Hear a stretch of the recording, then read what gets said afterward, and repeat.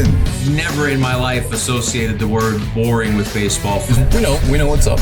Me? Yeah. Famous? Yeah. And I'm like giddy over there smiling like, we're about to win this shit. Did everyone give you crap? Give me a good host story. I'm not picking it up. We both love the game. We talk about it every day. Get off baseball. Having some popcorn, you're fooling around your phone. I'd have to wait in line for 3 hours. Hang on, because it's about to be a wild ride. There's no two people on the planet I'd rather be talking to right now more than Tyler Phillips and Courtney Finnicum. Courtney, how are first you, of all, Rob? Courtney, how are you? Good?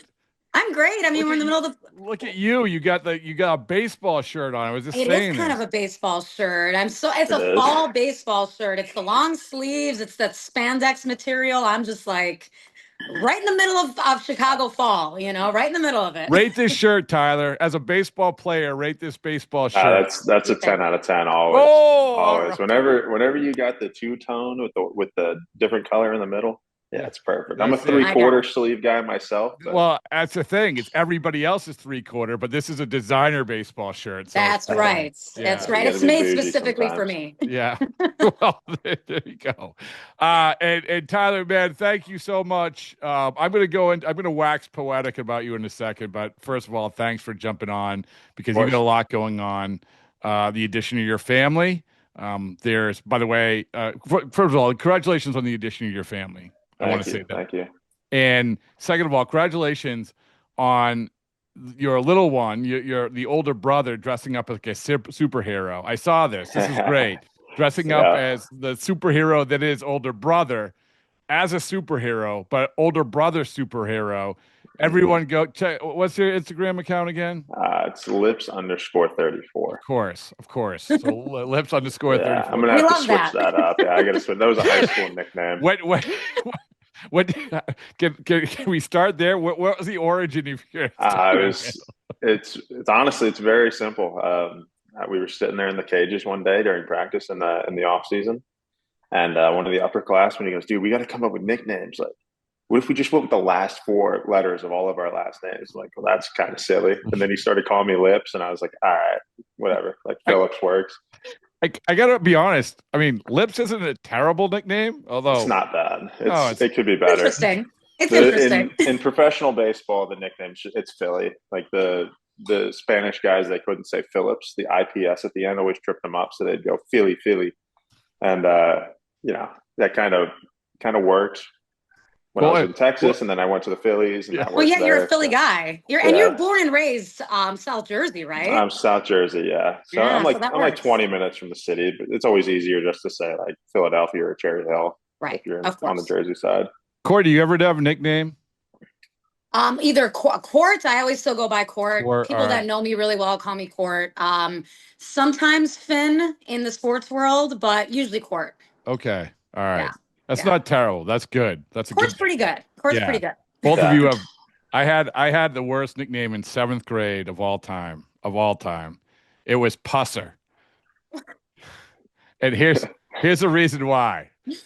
Bradford to Beeford to Buford, and then there's an old show called where the character is Buford T. Pusser, and so somehow that became Pusser.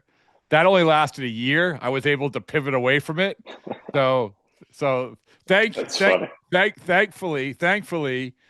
that was before social media because I would not have Bradfo. I would have Pussers. Well, you now know I'm going to call you Puster from here on out, right? No, I mean, you should never have told me that. You know not that. allowed. Not allowed. No. It's crazy how nicknames come. That's. Who is it? You got a good. I mean, was anybody who has the best nickname of guys that you've played with? Do you think? Well, from this year we had when we were in the bullpen, we had Cade Gibson. He's a ball guy, and the Spanish guys out there, Ronnie Enriquez and Valente Beozo, they started calling him Pelon, which is bald in Spanish. I like so that was just his nickname. I like that.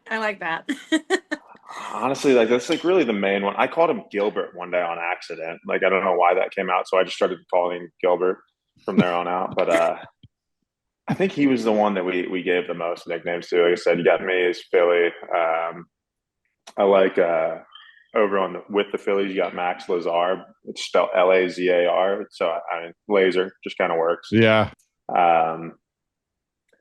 Yeah, I mean, there's been a ton, but those are like the ones that stand out to me. I mean, the most. the weird thing is you have one guy, teammate Lake Backer, who that's a neat nickname. Oh yeah, His nickname the is Great Lake. Lake. I mean, his name you is got the Lake. You got the Great Lake. The Great. It's a great lake. Yeah, I love that's his nickname. Yeah. Oh, it is. Great. Well, we don't say that, but like we see that all over like signs if people are at the stadium or anything. Well, let me tell you, that's a perfect segue into. I'm going to wax poetic for a second. Just bear with me, both of you. So, and one of the things that I love doing about this podcast is I get a chance to meet people who I wouldn't necessarily get a chance to meet. Courtney, we wouldn't have got a chance to meet, if it wasn't for this podcast a couple of years ago. I cherish that. I'm so thankful, and also with Tyler. So we met at Fenway Park. We did the podcast at Fenway. Now, to a little bit of perspective of that, I'm standing around and I didn't know you at all. Zero. I didn't know you at all. None. Yeah. And so I'm sitting around and I actually had interviewed Lake.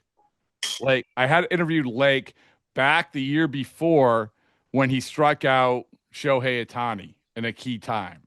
And like, oh my God, that was interesting. You strike out Ohtani, and after the game he was good. So I saw Lake, and I'm like, hey, yeah, you catch up. Okay, we'll catch up. But I think I caught up with him in spring training. But then he disappeared. But I'm like, okay, Tyler, you're coming off. I'm like, I heard you're sort of an interesting guy. Congratulations. Will you do it? He said, Sure. yeah, you're very nice. He sat down. And like I said, I want to come back to this, is that this is one of the great things about doing this podcast is that I'm able to not only meet people, but actually, how do I say this? I'm able to appreciate people more than I ever would ever. I appreciate your baseball reference page. I appreciate your Wikipedia page. But sitting down with you, I appreciated you. And Courtney, one of the things, and you'll be able to sort of back me up on this, is that I came away from it, Tyler, and I'm like, okay, we have a lot of different people on the podcast, a lot of characters, a lot of personalities. I felt like Tyler was the closest to the CEO of the podcast, the co-founder, my co-author, and that's Joe Kelly. I agree. And not the same, not exactly the same. So don't, if don't take offense or whatever it is. Nah, I'd never take offense. I mean, but it's kind of a legend to a lot of pitchers. Yeah, but he is. But that's the thing is that I think the biggest thing is, Courtney and Tyler, is that I come away with like, you're about the business, you're about being a good pitcher, but you're also about just like, hey, listen, we can just be ourselves, man. Like we can have a personality. It's okay. And that's for me with Joe, that's always been the case. He's like, I'm a good teammate. I love the game. I take the game serious. I like to look at the game in different ways, but also it is what it is, man. Like I am who I am. So anyway, that's the best compliment I can give you, Tyler. Yeah, I appreciate that. I mean, that's something I learned this year. Last year being with the Phillies, I honestly, it's my dream team. I love the guys. I have the utmost respect for every single person in that clubhouse. I've looked up to them my whole career and my whole childhood, honestly, through high school on. And these guys are I go back to the word legends. To me, they're all legends. I'm like, these guys are unbelievably talented players. And my call up was a little different. I had my upper mobility. That's how I got there. So I didn't feel like I necessarily belonged. I feel like I just forced the Phillies' hand and they liked me enough to protect me. But I knew that I was on borrowed time and I didn't want to go into that clubhouse and take someone's spot and have that be someone that they liked. And then I didn't want to upset them by being a bad rookie or anything. I didn't know what to expect, basically. So I kept my mouth shut. I was so scared. But yeah, I mean, it's nothing that those guys did to, and they didn't tell me hey, you have to be quiet. They're great in that clubhouse. It's just the amount of time that's in there. And from the understanding of baseball and just being a rookie and being a new guy at every single level, you're always going to be a little bit timid.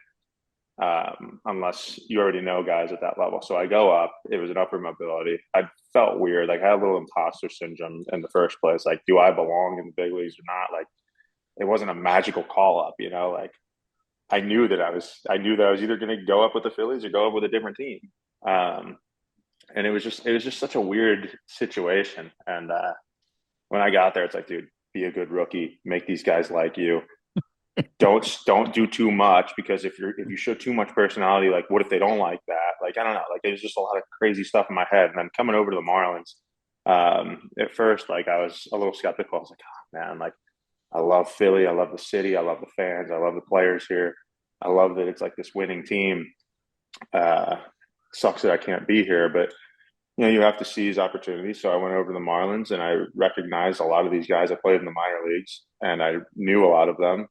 And a lot of them have been in the same boat as me. So I said, you know what, like, here's an opportunity with a clean slate where I can come in and, you know, first week I'm going to like assess what's going on, see what it's like.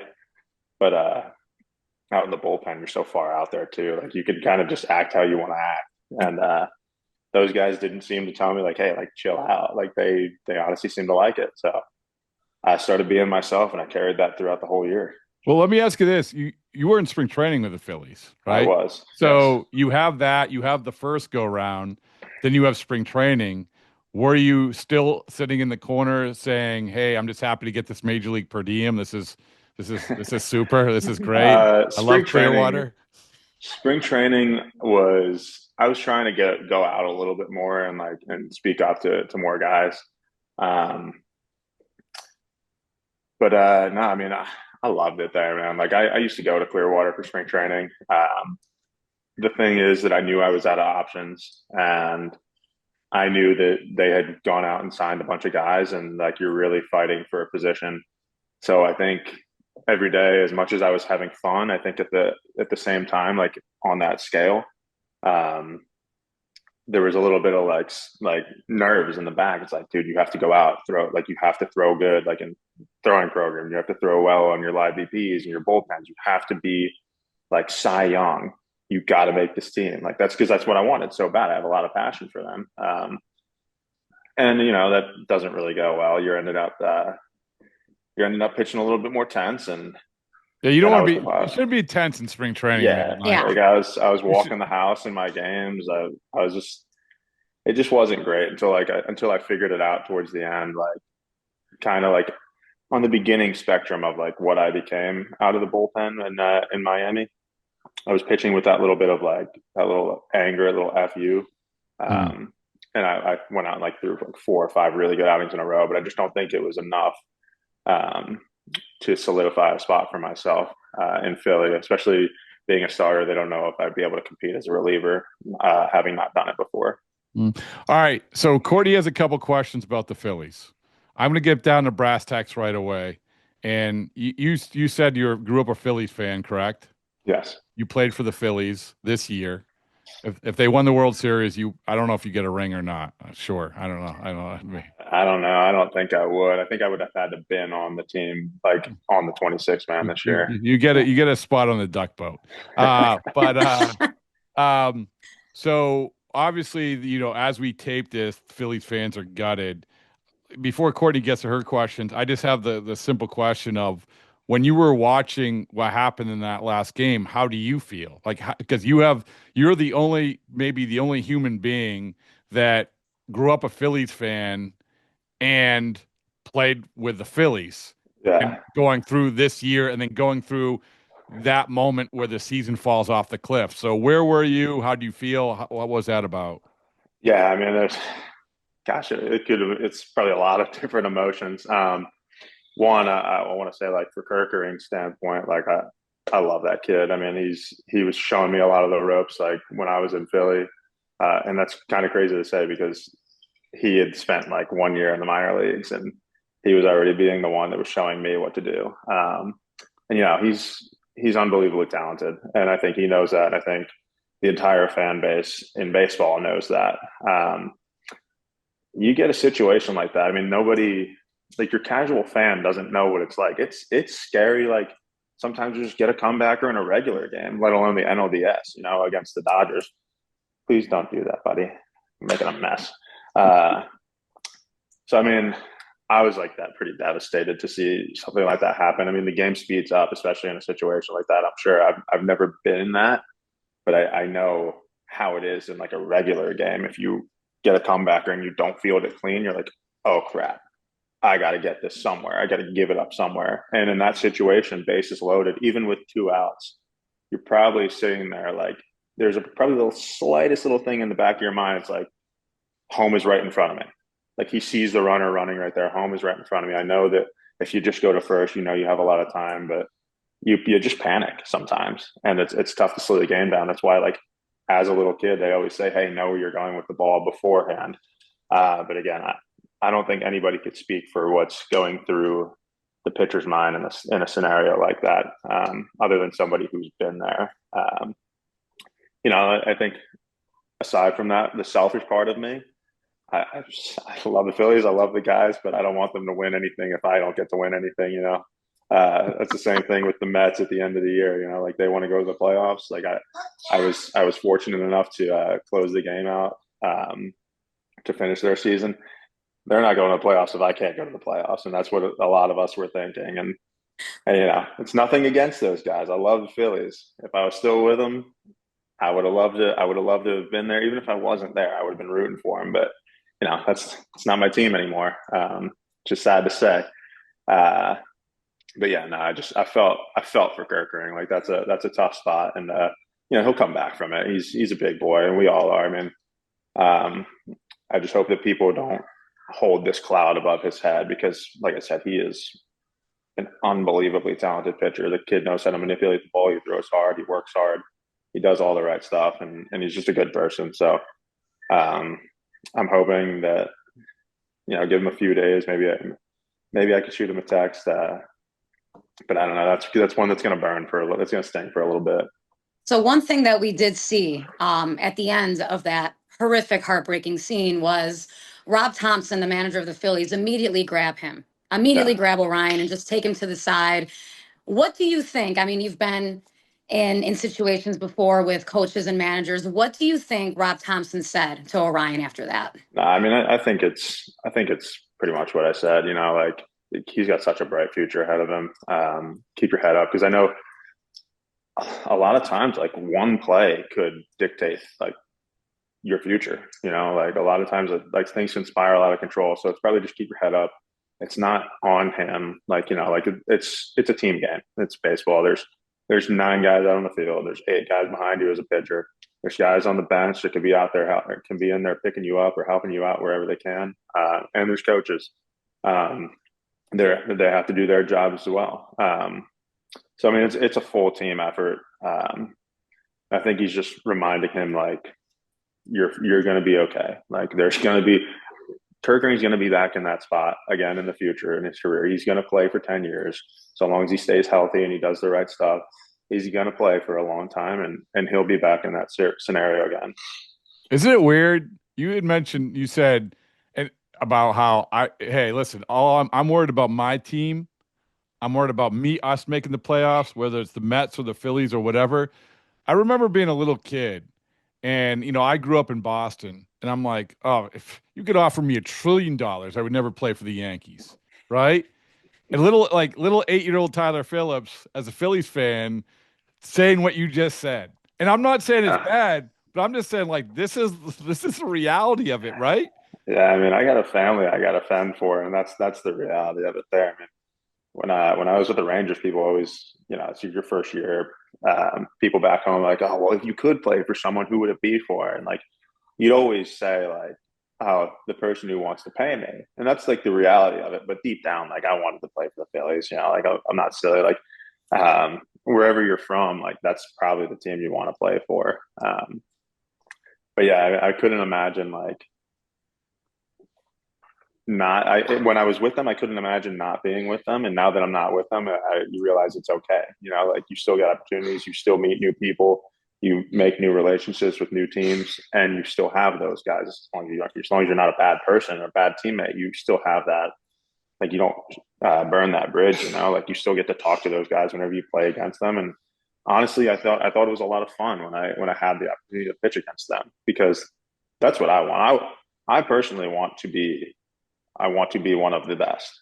Like, that's my goal in baseball. It's not just to be a major leaguer. I want to be one of the best, and I know that's a long journey, and I know that takes an unbelievable amount of work. But to be the best, you have to go against the best.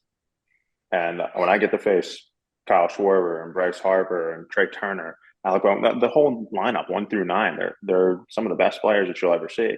And facing them, it's just it heightened like that adrenaline, heightened your senses.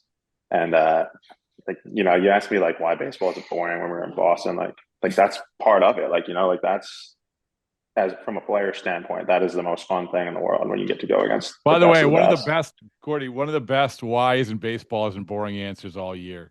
Not even close. So it was I have to go back and listen to it, because I'm sure your answer was tremendous. I'll drop it in right here. I have the editing skills, so I'll drop it in right here. Drop it in. And Courtney, you definitely wouldn't play for the Cubs. So Courtney, it's so Tyler, I'm a White Sox fan, born and bred White Sox fan, and as you can imagine, it's been a little tough over here the past couple seasons.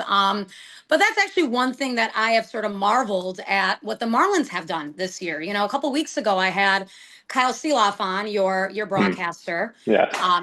And we broke down basically kind of what happened during that infamous, now very famous Mets Marlins series. And, it's kind of what you said, like when you go up against, the Pete Alonsos of the world, the Juan Sotos of the world, like you do get heightened a little bit. Yeah. And I'm sure, knowing your personality now, there's a little bit extra added, like you said, FU to want to knock out the Phillies even more now, right? Because that's like your old team, you're a Philadelphian. There's got to be a little bit. That's human nature. I mean, like, they got rid of me, it's, and like, I wasn't like, I'm going to be a big boy about it. Like, they brought me in the office. I knew that that was like the main thing, or not the main thing. Like, that was like the highest probable thing that could have happened, is like, they had a ton of guys that they were paying money. And like I said, I wasn't a reliever. I was wanting to be optimistic about it, but you got to be realistic, and they got rid of me. So, like, there's always going to be like that little bit of like, I got to get these guys. And every single baseball player is going to feel that when they go to a new team or not. So, sorry, Frank, can you put that down there? Yeah, I mean, I wanted to get them to show them like, yeah, like, this is what you could have had. And that's usually how it is. Again, there's no bad blood there. It's, like, I'm talented, I could have done it. And like, that's me showing to myself that I wasn't going to let like the nerves of like, oh, like, what if they hit me? Like, that's something that a lot of people deal with. Like, what if they hit me? What if I give up a homer to this guy? Right. The second you start thinking that, you're giving up that homer. So I had to prove that to myself. I wanted to prove that to them. I wanted to prove to my team that I could handle a situation. And like, you get those heightened senses, and, I'm a competitor. Like, I think last year, towards the end of my tenure with the Phillies, or like at the end of that year, I was starting to feel like that little, like my borrowed time was like coming to an end. Guys are coming off the IL. So I started pitching a lot more scared. And I started pitching like to try to be a perfectionist, like, oh, like, don't walk this guy, don't let this guy get a hit this spot perfectly, instead of just going out there and throwing my best stuff and throwing my FU pitches. And like, hitters can feel that. They can feel that inside of you. Like, they're sitting in that box, and I know that they can see your focus on that bump. And it's the same way that I can look at a hitter and feel their focus there. Like, I think like Manny Machado is a good example. Like, when I was on the mound, my first time facing him, he's so cool, calm, like, collected. He looks like a big leaguer. He looks like he's done it before. He looks like he doesn't care who you are on that mound. And there was the slightest, like the smallest little second, like, where I was like, oh man, this is Manny Machado. Like, he doesn't care that I'm on the mound, like, trying to mean mug him. But at the end of the day, like, you have to stay true to who you are, and that's what's going to help you be successful. Because like, for me, like, I'm battling myself.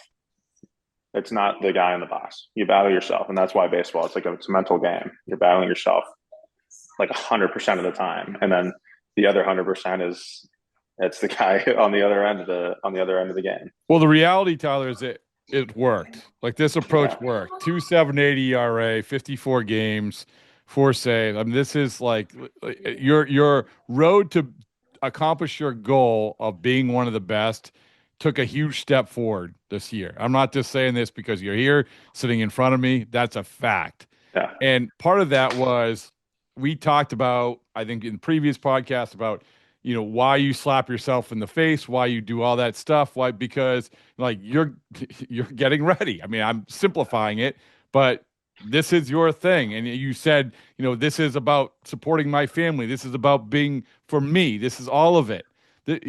Whatever person you have to become, you become that person, and it worked this year. So that's number one. Congratulations on doing that. Second, low, you did the viral post game interview, where you're answering like one word at a time, whatever it was. Yeah. But I also looked at that, and this is one of the great things. I'll come back to getting a chance to talk to you because I'm sitting there in Boston Sports Radio, right? And they're not following the bullpen of the Miami Marlins. They're not even following the bullpen of the Boston Red Sox, to be honest with you. So but that clip comes up, and I'm like, I took tremendous pride in knowing you as I did, and also understanding your mindset. And I also, hey, listen, baseball's a boring family. Gather around. This is great. So take me through that. Like, take me through all of it. Take me through all of that mindset, because the guy that's sitting here saying, Frankie, don't pour cereal on your face, that is a different guy. Yeah. I mean, I think a lot of guys are lying to you if they say that they're coming out and they're not nervous, like in the slightest bit. Like there's always going to be like a little thought of doubt in the back of your mind. Like that's just the conflict going on your shoulder. Everybody has their way of locking in. And I wish that I figured it out sooner, because that 2.7 probably could have been lower than it was. I had like 3 outings where I gave up a 3-run homer like every time. It was getting frustrating early on. But yeah, like, gosh, that took a little bit of time. Like I'm just getting punched in the mouth, and gosh, I'm watching this kid over here just make a total mess. I feel bad. Yeah, I mean, like to start the year, I was throwing well out of the bullpen, and I was like, I didn't give up a run in like 3 outings. 3 outings. That's not even like, that's nothing. That's like the smallest little serving size. I'm like, oh man, this is going to be a great year, right? And then like I had a long break. I think I had like 8 days off, and I come out and I gave up my first run, and that kind of derailed me a little bit, where I started trying to pitch careful again, and hey, let's put up a 0, like whatever. And that's when I started giving up those 3-run homers, and I was like searching like what's going on. And excuse me, I was like the last guy at the field one day, and I was just sitting there thinking about it. I think I had a tough outing, and eventually I scraped myself off the ground or wherever I was sitting, and I went up to my car in the garage, and I was just sitting there in the car for a second. And I saw the pitching coach come out, Daniel Moscos, and he walked into the garage. I forgot what we said, but basically I said, like, I think I know what's going on. And I told him it had to be a little bit of a mindset thing, and he helped me out. And the next day he sent me a video. He had like our editing team create a video of me pitching. Like it was like a highlight reel basically. And he blurred out everything except for the zone. And it was me, everything blurred out in the zone. And it's just the ball going into the zone, throwing strikes over the plate, getting swings and misses, getting ground balls, broken bats, and then like panned out into like regular.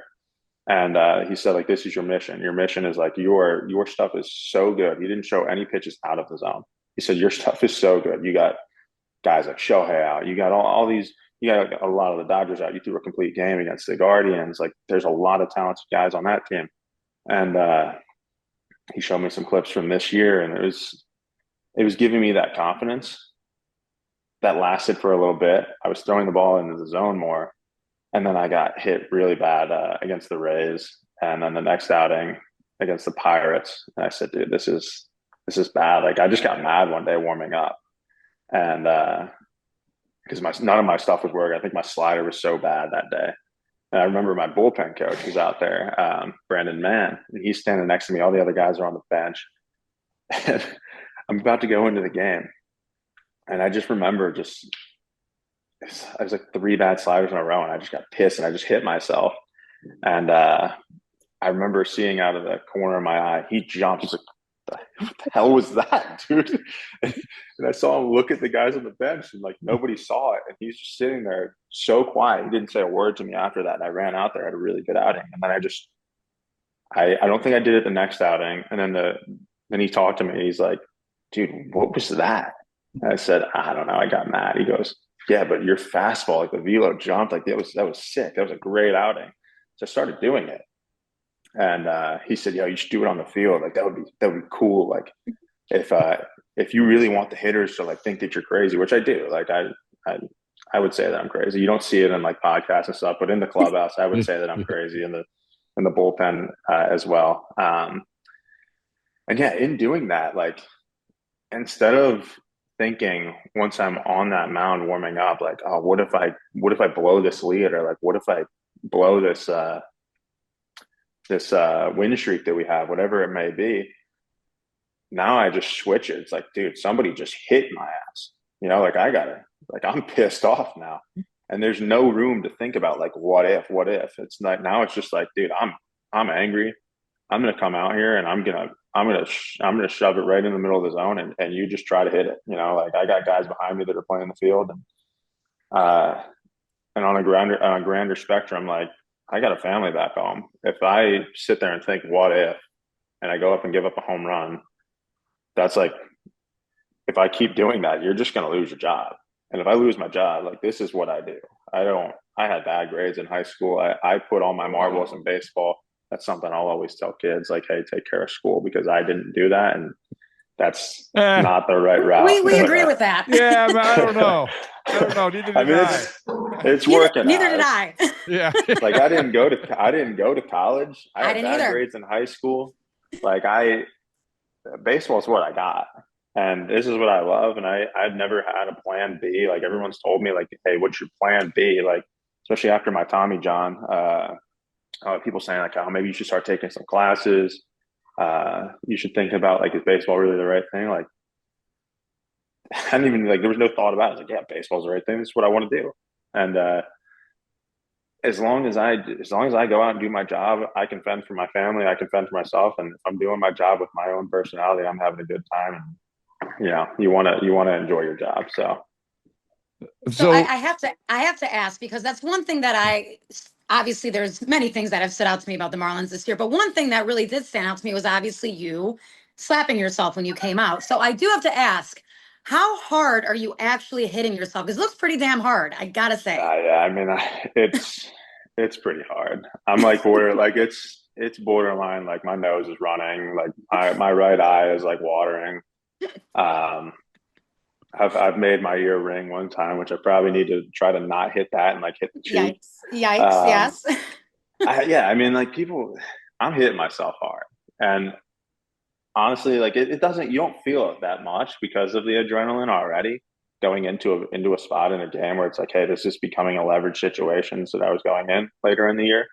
But yeah, I'm hitting myself pretty dang hard, and people say it's weird. Like I've gotten to the point where I don't care what people say. Like if it took somebody, like if it took like a hitter, like, hey, going up to the plate and spinning around like 10 times, and they hit a home run every time, and it's weird, but yeah, he's hitting home runs, so it doesn't matter. Like you're doing your job.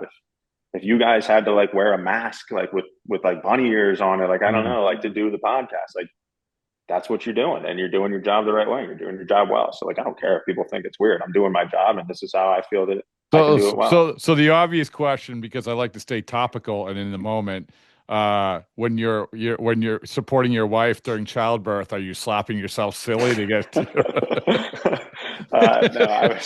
I was supposed to be the catcher when she was going through birth, and that I was so nervous there. I was like, oh my gosh. I'm usually the pitcher. I don't want to do the catching.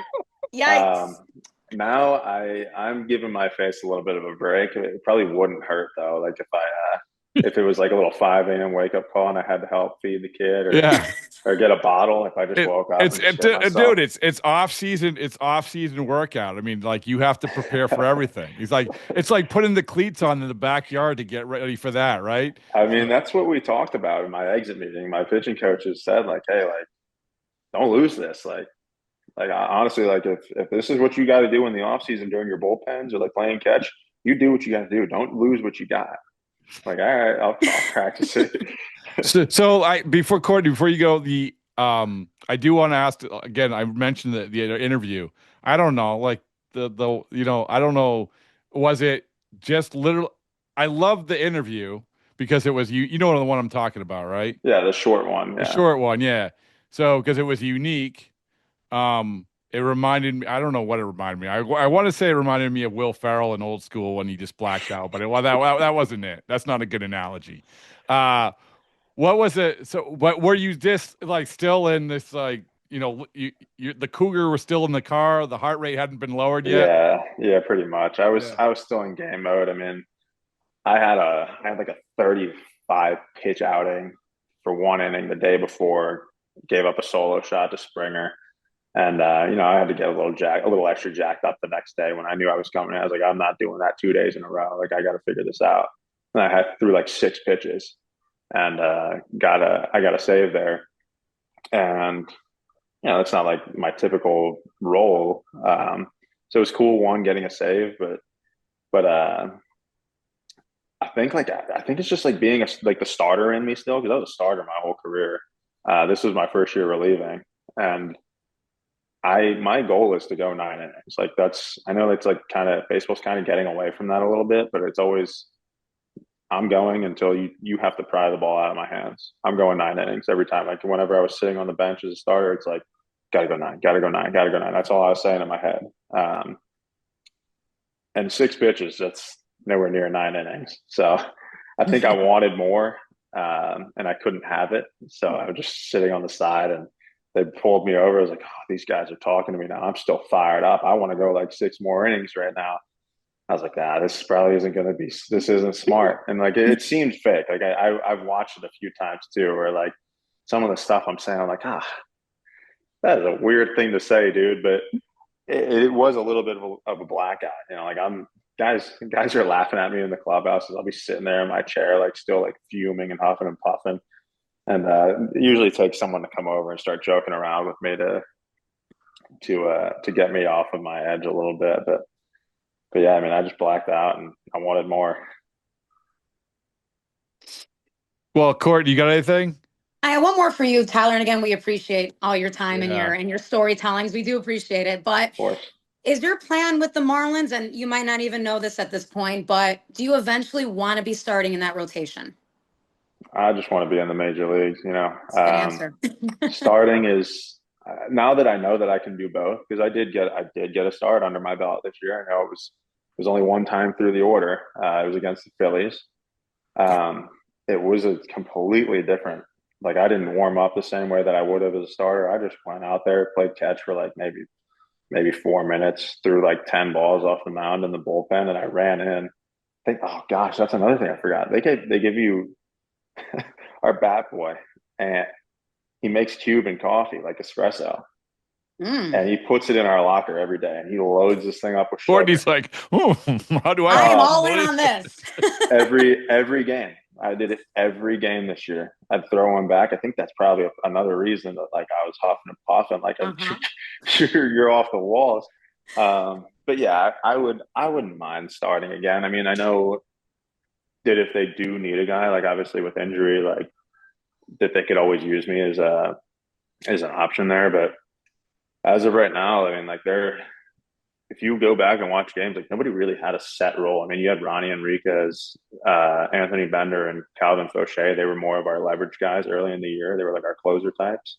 But we've all been slotted in at different places. They talked about the 5th inning on as like becoming like a closer role, because that's when the game's getting a little tighter or whatever it might be. Like you're getting back to the top of the order the 3rd time through.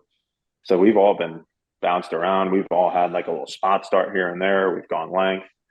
I don't know exactly what they're going to do with me.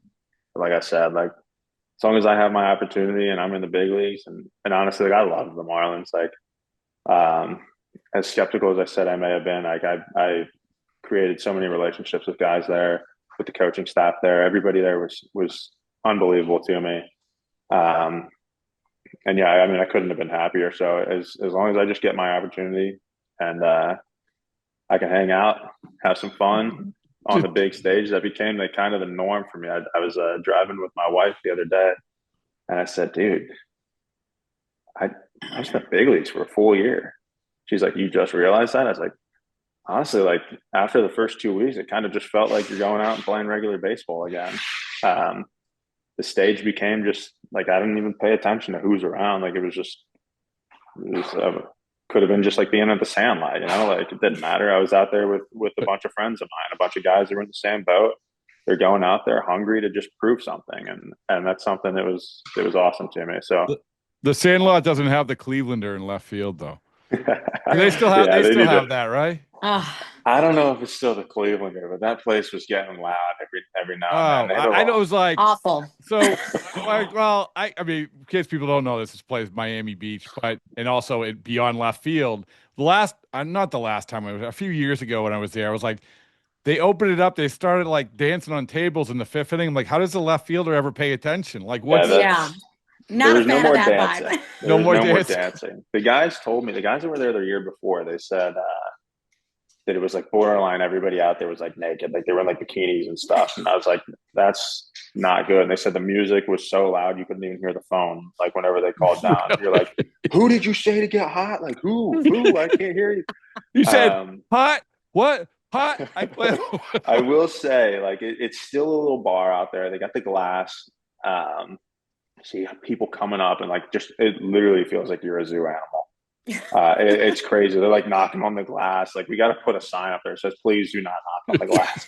They're knocking, asking for balls. Like you see all these people moving around, getting drinks, and then I think the worst part is, honestly, I wouldn't even say worse. I don't lock in on the game. Really, this sounds bad. I don't lock in on the game until like my name's called. Yeah. Like if there's something I want to know, like I pay attention throughout the week. Or I watch games all the time. So like I kind of see what people's tendencies are. But I would not lock in. I'd be looking through that glass and they had the bar TVs up there. And like that last game against the Mets, for example, I was watching the Eagles game. I was watching the Birds. I was watching the Birds. And then they called down. Like I think it was like the seventh inning. And I'm sitting there. I'm like, oh my gosh, we've used everybody. Like nobody else can really pitch. I'm going to have to go into this game. So I think I started moving around a little bit, but I don't think you understand. They have it on 3rd and 1 and Saquon. It was a close game. It was a close game. I mean, we ended up winning at the end, but I was paying attention to that the whole time because I wasn't expecting the throw, to be honest. And that's, like I said, that's not good, but I like my last like since the second half started, that's kind of how I was. Like I wasn't paying attention. I wasn't sitting there. Oh, what's this guy swinging at? Who's hitting? Like I go out there, I throw my FU stuff.